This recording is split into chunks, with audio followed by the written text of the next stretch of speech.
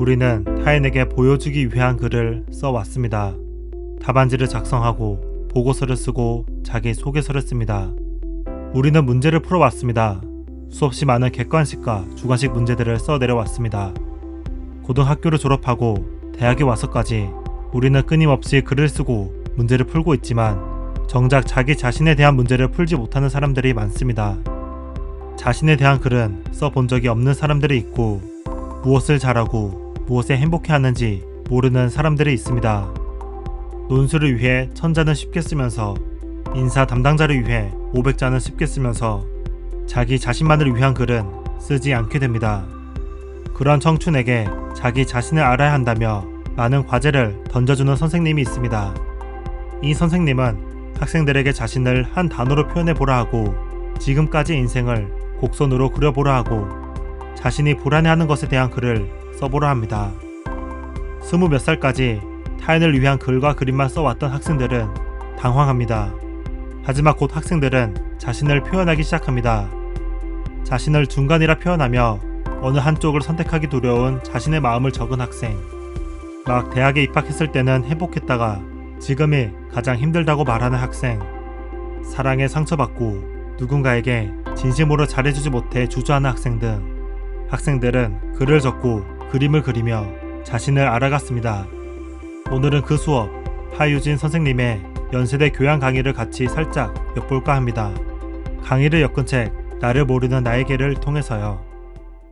저자가 학생들에게 실험 과제를 내줍니다. 저자는 종이컵을 꺼내며 10분 동안 이 종이컵 하나로 할 수 있는 것들을 적어보라고 합니다. 몇 가지가 쉽게 떠오릅니다. 재떨이, 화분, 국자.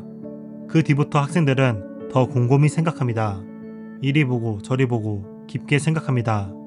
독특한 쓰임새가 학생들로부터 발견됩니다. 컴퍼스, 메모지 등등 모아보니 70, 80가지가 됩니다. 그때 저자가 말합니다. 여러분은 자기 자신은 얼마나 자세히 보나요? 남들이 알지 못하는 자신만의 가능성을 알아보려고 노력하나요? 학생들이 멍한 얼굴로 대답하지 못합니다. 청춘들은 자기 자신을 그렇게까지 잘 살핀 적이 없다고 답합니다. 그래서 저자는 말합니다. 반드시 해야 한다고. 자기 자신을 들여다보고 알아주는 건 무엇보다 중요하다고요. 종이컵의 용도를 다양하게 생각했던 것처럼 우리는 우리 자신에게 다양한 가능성이 있다는 것을 믿고 그 가능성을 떠올려 봐야 합니다. 자신을 제대로 알지 못하면서 자신을 특별한 점이 없는 사람, 부족한 사람이라고 스스로 결론 지어버리진 않았나요? 저자가 말합니다. 우리에게는 남과 비슷한 평범함도 있고 자신만의 특별함과 독특함도 있다. 나에게도 있고 나에게만 있는 모습을 파악해보자. 공들여 들여다보지 않으면 알 수 없다. 들여다보고 알아내는 게 시작이다. 남과 같아지려 하지 말자. 내 안에 있는 나만의 가치를 세상 밖으로 꺼내 크게 키워주자. 20대가 되었다고 10대에 못한 성찰을 차분히 할 수 있는 것이 아닙니다.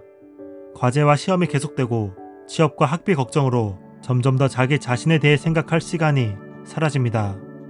많은 청춘이 마음이 급해 성찰을 생략하고 결론으로 들어갑니다.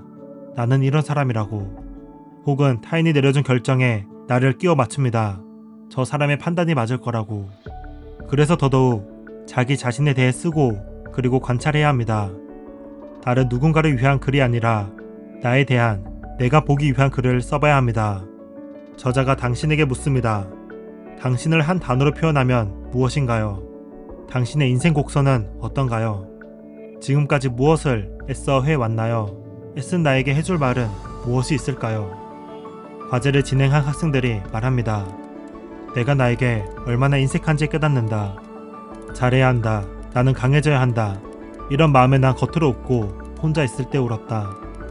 내가 그렇게 쓸모없는 인간만은 아니라는 생각이 든다. 버려진 나를 발견한 느낌이다. 때로는 애써 온 나를 인정하고 때로는 힘들어하는 나를 온전히 알아봐주고 때로는 알지 못했던 자신의 장점을 발견해 나가야 합니다. 이제는 나를 모르는 나에게 시간을 내줄 때입니다. 지금까지 하유진 선생님의 책 나를 모르는 나에게 이었습니다. 책그림이었습니다. 감사합니다.